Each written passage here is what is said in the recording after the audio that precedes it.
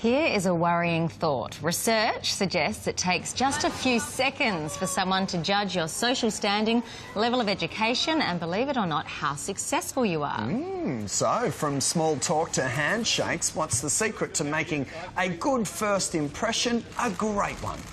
Julie Lamberg-Burnet is the founder of the Sydney School of Protocol and she joins us this afternoon. Julie, hello. Thank you, and it's a pleasure to be here. Let's kick it off with just how we should walk into a room. Sounds basic enough, but not so.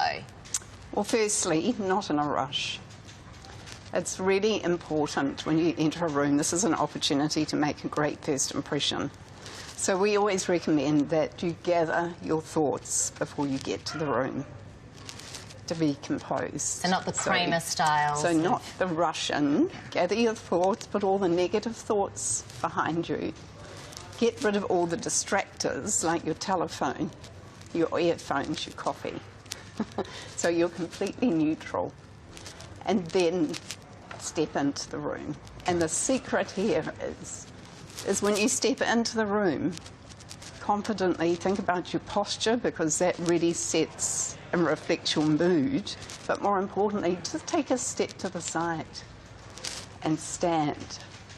And this is always quite tricky for people, to take that pause, because while you're pausing, you can survey the room and you're going to look amazing. Yeah, I bet. And everyone in the room is going to notice you. Sure. You'd be surprised how people do see you out of the corner of their eye. Shoulders back, chest out, head held high. Here's And another. you make an impression. What about this one, Julie? Here's a tricky one. How firm should your handshake be?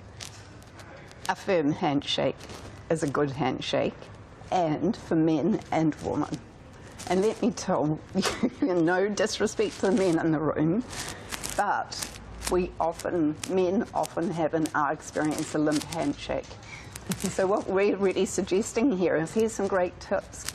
Always keep your right hand free, because otherwise you're clumsy around getting to initiate the handshake. Make sure it's from the elbow and it's web to web. What was mine like when we met each other just before? Very good, actually. I thought it was perfect. Excellent. Oh, well done. There you go.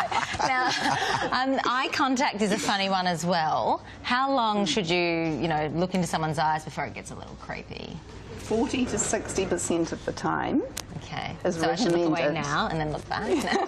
So 40 to 60% is what we recommend. Any less than 40, you could appear shifty, perhaps lacking in confidence, hiding something. And at the other end of the spectrum, of course, at 60, you're being domineering, putting people under the microscope. You could feel it's quite creepy.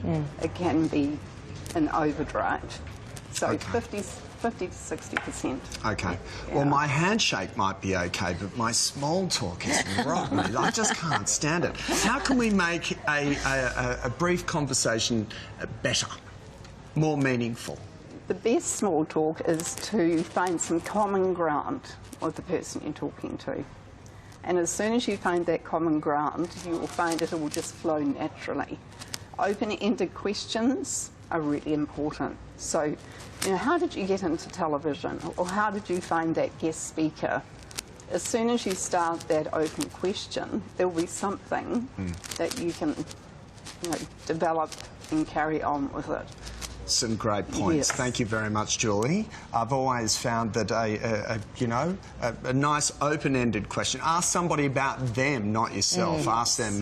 Very important. Yeah. What are Very your important. hobbies? Something like that. Okay. Thank you, Julie. Thank Have a you. wonderful It's a pleasure. afternoon. Thank you.